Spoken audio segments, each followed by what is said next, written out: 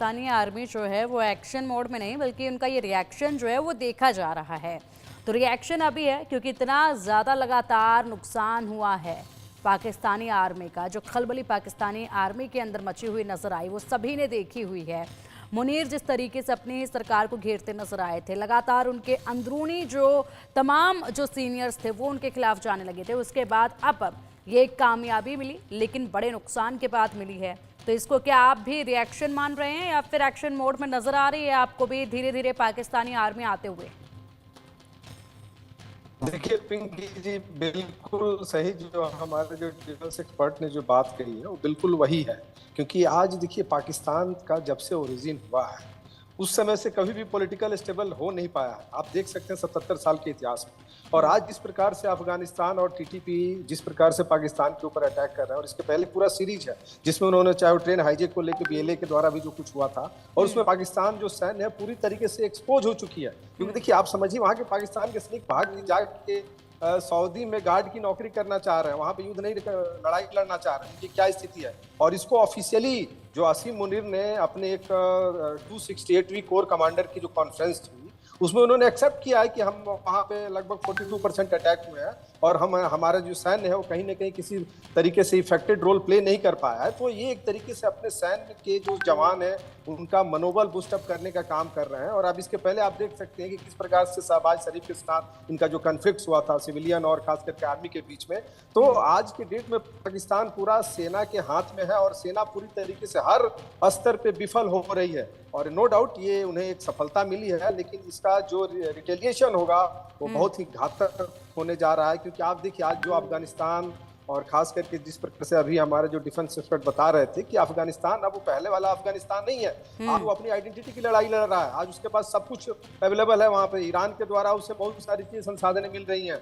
वहाँ पे उसके पास हथियार, नए नए तरह के हथियार पहुंच गए हैं जो कि कहीं ना कहीं पाकिस्तान सेना के लिए आज खतरे की घड़ी देखने को मिल रही है। तो मैं ये कहना चाहता हूँ कि आज जिस प्रकार से पाकिस्तान के सामने जो स्थिति जो बन रही है वो मुझे लगता है कि सिविल वार की तरफ जा रहा है। और नो डाउट आप उसके चारों प्रांत में आप देख सकते हैं कि किस प्रकार से एक इंसर्जेंसी और जो एक पॉलिटिकल इंस्टेबिलिटी है, इवन सिविलियन में भी एक अनरेस्ट पैदा है। अगर आप वहाँ का इन्फ्लेशन देख लीजिए या जो सामाजिक जो संरचना है वहाँ पे देख लीजिए। और अभी नया जो अब इन्होंने बॉर्डर अफगानिस्तान को बाहर भेजने का शुरू किया है, तो इसका रिपरकशन चारों तरफ से होगा। क्योंकि एक समय उन्होंने शरण दिया था, उसी अफगानिस्तान उसी तालिबान के लोगों को इन लोगों ने ट्रेन किया, और आप जेएनके में भी उनको एक तरीके से जिस तरीके से यूज किया था, आज वो समय आ गया है। और मुझे लगता है कि ये पूरे विश्व राजनीति के लिए अभी जो पाकिस्तान में जो घटनाएं घट रही है वो बड़ा ही चिंतनीय है।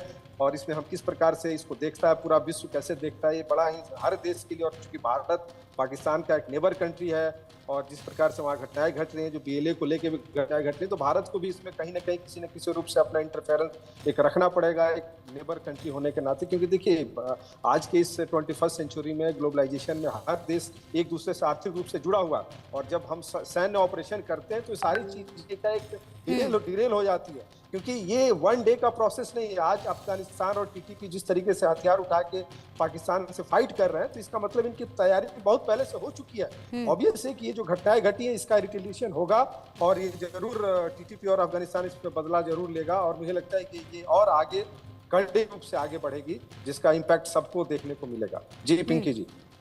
बिल्कुल सर, आएंगे आपके पास। फिलहाल सर्वे के और भी सवाल हैं, उन पर भी चर्चा आपसे करेंगे। और सर्वे का तीसरा सवाल इस वक्त मेरे सामने है जिस पर जनता की राय क्या कुछ है ये भी बताएंगे। खैबर में बड़े ऑपरेशन के बाद पाकिस्तानी सेना का मनोबल बढ़ गया है। इसमें 66% लोगों का कहना है कि हाँ ऐसा ही हुआ है, 29% लोगों का मानना है कि ऐसा नहीं है, और वहीं 5% लोगों का कहना है कि इसमें कुछ भी कहा नहीं जा सकता है। सर्वे का एक और सवाल सामने है। खैबर पख्तूनख्वा में टीटीपी और पाक सेना के बीच संघर्ष से आम जनता को क्या परेशानी होती है? इसमें 22% लोगों का मानना है कि हमेशा मौत का डर रहता है, और वहीं 23% लोगों का कहना है कि घर से निकलने पर कतराते हैं। 46% लोगों का कहना है खतरे में बच्चों का भविष्य नजर आता है। 9% लोगों का कहना है कि इसमें कुछ भी कहा नहीं जा सकता है। इसी पर लगातार चर्चा जारी है। अनुज सर, आपसे जानना चाहूंगी, सर्वे का सवाल जो है वो आपने देखा, चौथे सवाल की मैं बात कर रही हूँ। जिस तरीके से बताया जा रहा है आम जन पर प्रभाव, वाकई में छोटे बच्चे, महिलाएं सबसे ज़्यादा प्रभावित इस जंग में हो रहे हैं इस वक्त। और हालात जो है ये अभी नहीं, हमेशा से ऐसे देखे गए हैं, अब तो बदतर होते जा रहे हैं, बद से बदतर होते जा रहे हैं। आने वाले वक्त में ना जाने कैसे हालात और देखे जाएंगे। इसको लेकर अगर देखा जाए तो क्या आप समझते हैं, क्या तस्वीर आप देखते हैं, किस तरीके से आमजन पर इसका प्रभाव वहां के एरियाज में पड़ रहा है? हाँ, पिंकी, देखिए मैं आपको एक बात बताऊं, जहां पर भी इस प्रकार की परिस्थिति होती है वहां सबसे ज्यादा नुकसान होता है जो आम आपकी गतिविधियां होती हैं, जो आपके डेवलपमेंट में, आपकी नेशन बिल्डिंग में जो चीजें, जो गतिविधियां उसमें अपना कंट्रीब्यूशन देती हैं, वो गतिविधियां कहीं ना कहीं बहुत जबरदस्त बीटिंग उनको होती है और वो एक्टिविटीज नहीं कर पा रहे हैं। आज आप देखेंगे किस प्रकार से खैबर पख्तूनख्वा और बलूचिस्तान में लगातार लड़ाई जैसे हालात बने हुए हैं, उससे वहां पर इकोनॉमिक एक्टिविटी नहीं हो रही है, वहां पर सोसाइटल एक्टिविटीज नहीं हो पा रही हैं, वहां पर डेवलपमेंटल एक्टिविटीज नहीं हो पा रही हैं, इंफ्रास्ट्रक्चर का डेवलपमेंट वहां पर नहीं हो पा रहा है, वहां पर जो और काम जो कि आपको कहीं ना कहीं अर्थव्यवस्था को में अपना अपना योगदान दे सकता है, वो काम नहीं हो पा रहा है। और सबसे बड़ी बात यह है कि हर आम नागरिक का, आम इंसान का, उसके जो बेसिक राइट्स हैं वो डिनाई हो जाते हैं। आप निकल नहीं सकते, आप अपनी मर्जी से बाहर नहीं घूम सकते, आपको लगातार इस बात का खतरा लगा रहता है कि आपके ऊपर पता नहीं कब कौन सी गोली, कौन सा बम आकर के आपके ऊपर गिर जाएगा। तो इन सब चीजों से वहां के लोगों को बहुत परेशानी होती है, पहली बात। और दूसरी बात, वहां का जो डेवलपमेंटल एक्टिविटी है, सबसे ज्यादा असर उसके ऊपर पड़ता है। और उसकी वजह से आप देखेंगे जिस प्रकार से आज की पाकिस्तान की जो इकोनॉमिक हालत है, वो इकोनॉमिक हालत पाकिस्तान की इसीलिए है कि पाकिस्तान के बहुत बड़े हिस्से में आज की तारीख में कोई इन्वेस्टमेंट नहीं हो रहा है, बहुत बड़े हिस्से से आज की तारीख में कोई डेवलपमेंटल एक्टिविटी, डेवलपमेंटल कंट्रीब्यूशन नहीं आ रहा है। और उसकी वजह है इस प्रकार के हालात का मौजूद होना।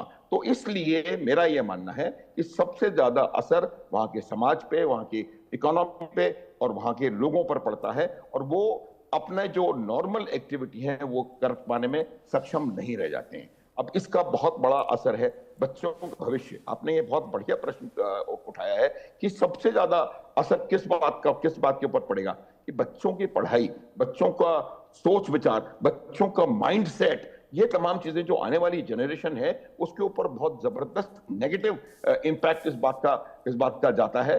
और फिर उस जनरेशन को दोबारा पॉजिटिव में कन्वर्ट करने में, पिंकी, मैं आपको बता सकता हूं कि कई दशक लगेंगे, क्योंकि वो जो आज की तारीख में उसकी परिस्थिति, जो उसकी मानसिक अवस्था बन गई, वो मानसिक अवस्था को लेकर के आगे चलेगा और उसको चेंज करने में और उसको बहुत ज्यादा, मुझे लगता है, समय लगता है। और उसका इम्पैक्ट ओवरऑल देश के ऊपर पड़ेगा, देश की हर प्रकार की व्यवस्था के ऊपर पड़ेगा और खास करके आर्थिक तंत्र के ऊपर इसका असर पड़ेगा, पिंकी।